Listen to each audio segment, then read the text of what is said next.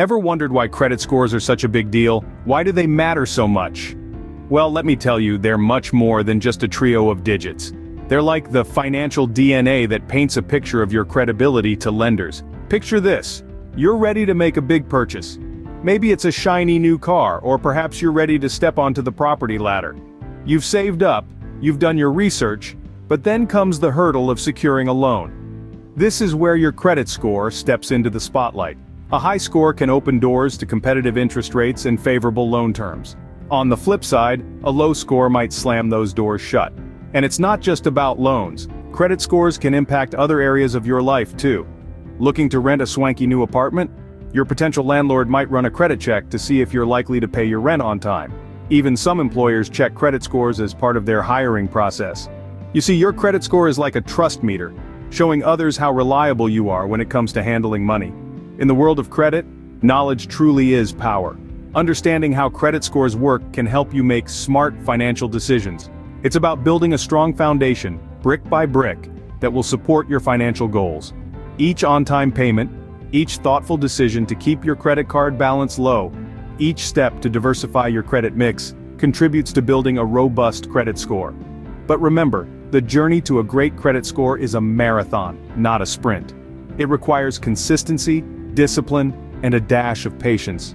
It's about playing the long game, knowing that each step you take today will pave the way for your financial freedom tomorrow. So, whether you're just starting out on your credit journey or looking to improve your score, remember that every financial decision you make is a building block towards a strong credit score. And a strong credit score, my friends, is your passport to financial freedom. Now that we know why credit scores matter, it's time to understand how they work. Picture your credit score as a financial report card, a metric that lenders use to gauge your responsibility with borrowed money. Quite like a school report card, it's a measure of your performance, only in this case it's about how well you handle your debts. The credit score is calculated based on 5 factors: payment history, credit utilization, length of credit history, new credit, and types of credit used. Each factor holds a different weight in the total score, with payment history and credit utilization being the most influential. The first, payment history, is pretty straightforward. It's all about whether you pay your bills on time or not. This, ladies and gentlemen, is the cornerstone of a great credit score. So, if you've been a bit lax about due dates, it's time to get serious. Set up automatic payments, mark your calendars, or tie a string around your finger. Whatever it takes to ensure you never miss a payment. Credit utilization, the second big factor, refers to the percentage of your available credit that you're using. So, if you have a credit card with a limit of $5,000 and you've used $2,000, your credit utilization would be 40%. The lower this number is, the better it is for your credit score. The remaining factors, while not as heavily weighted, still play a part. The length of your credit history, the number of new inquiries or accounts, and the variety of credit types all add to the mix. Now let's talk about the importance of timely bill payments. Late or missed payments can seriously damage your credit score. It's like getting a big fat F on your report card.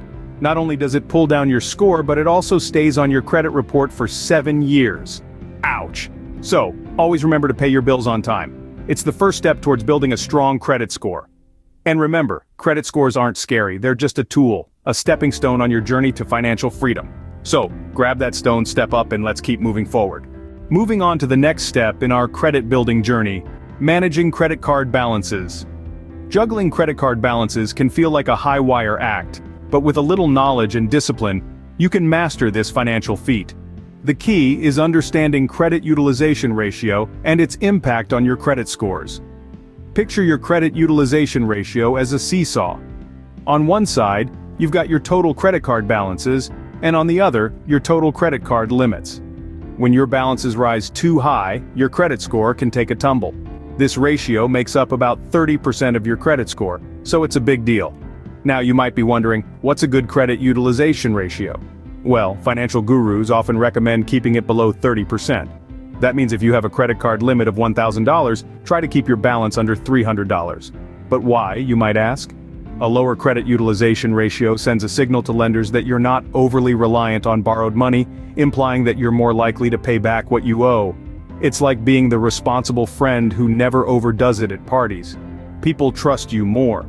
So, how can you keep your credit utilization ratio in check?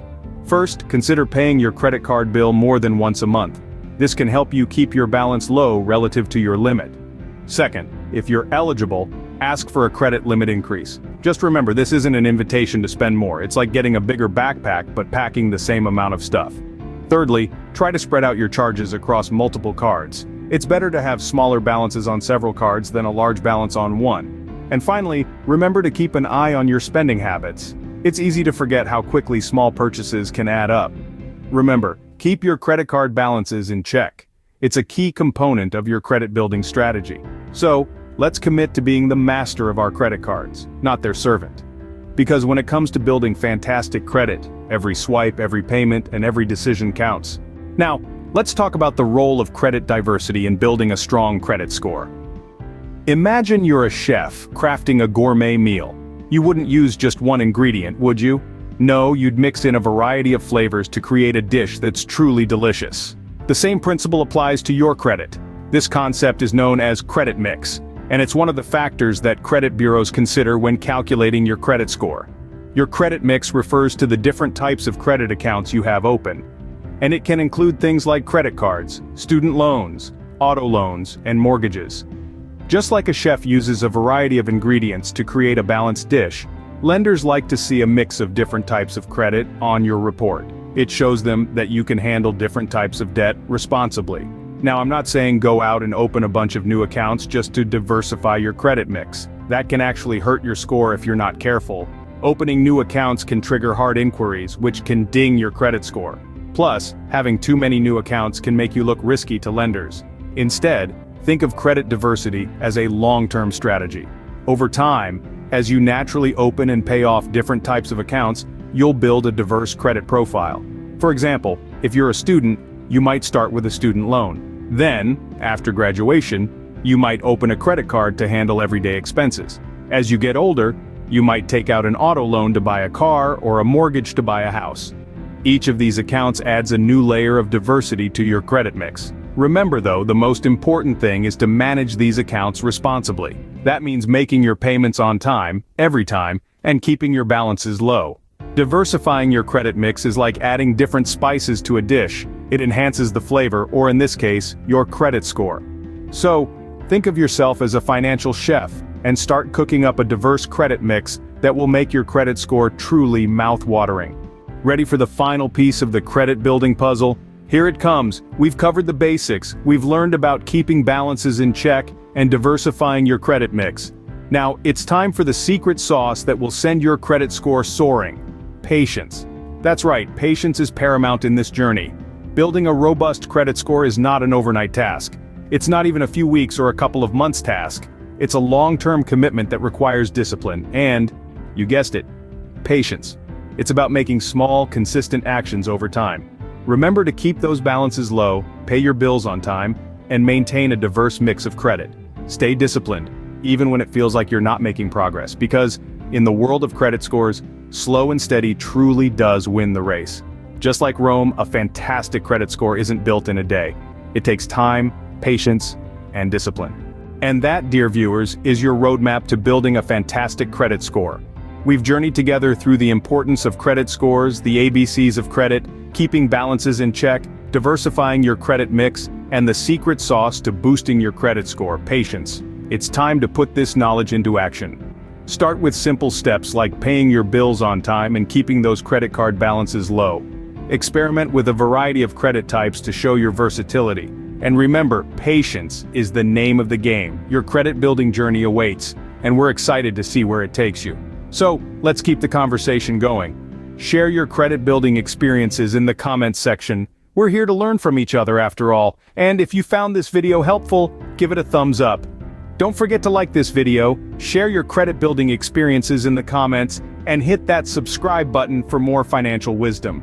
Remember, the journey to financial freedom starts with a single step, so start building your credit today.